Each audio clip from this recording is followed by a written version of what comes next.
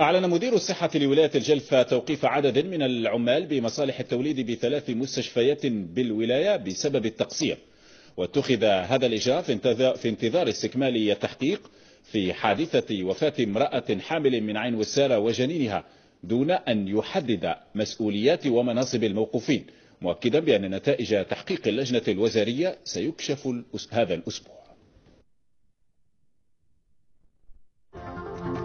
المرأة رحمها الله على مستوى المؤسسة الشفائية بعين وسارة، كنا تكلمنا من قبل وقلنا بأن قد قمنا بتحقيقات يعني أولية على مستوى مديرية الصحة، لأن أشرفت عليه أول تحقيق هو تحقيق إداري، وعلى أساس تحقيق إداري تم توقيف يعني بعض اللي لاحظنا بأن هناك تقصير في أداء المهام تاعهم، ثم كان تحقيق طبي تقني قام به طبيب مفتش على مستوى مديرية الصحة، وبعد ذلك يعني السيد معالي وزير الصحة كان وفد لجنة تحقيق يعني رفيعة المستوى متكونة من 4 أشخاص، منهم 3 محققين يحققوا في الأمور الإدارية والتسييرية، ومحقق واحد وهو برتبة أستاذ مختص في طب النساء والتوليد يحقق في الأمور التقنية.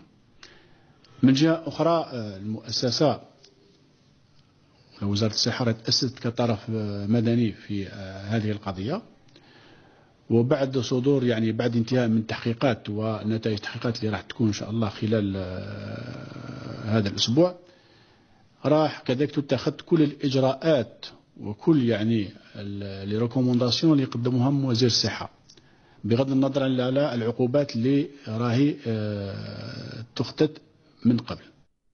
وقد احتج مئات من سكان مدينة عين وسارة بالجلفة أمام مستشفى المدينة للتنديد بالإهمال الطبي الذي أدى إلى وفاة السيدة وجنينها الأسبوع الماضي، وعمت احتجاجات مماثلة عاصمة الولاية، حيث تجمع العشرات أمام مستشفى المدينة ومقر مديرية الصحة، وعبروا عن سخطهم من لجان التحقيق المفادة من الوزارة باستمرار، والتي يعتبرون عملها شكليا لا أكثر.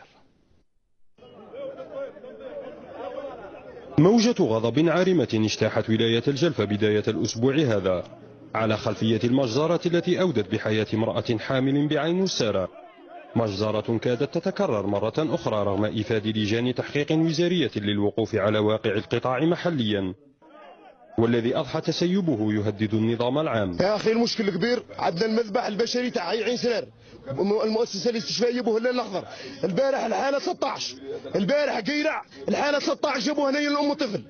عندنا مشاكل في المستشفى. انا محمد عبد القادر طبيب شرعي ولايه مليونيه، ما عندناش طبيب شرعي، طبيب تاع التخدير ما عندناش، اسكانير ما عندناش، ليريام عندنا ماكينه القبره، وراهم رايحين بلاد المسؤولين، وراهم رايحين. احنا رانا من هذا المنبر اذا ما لقيناش نتائج على ارض الواقع رايحين هذا المسؤولين هم يتحملوا المسؤوليه.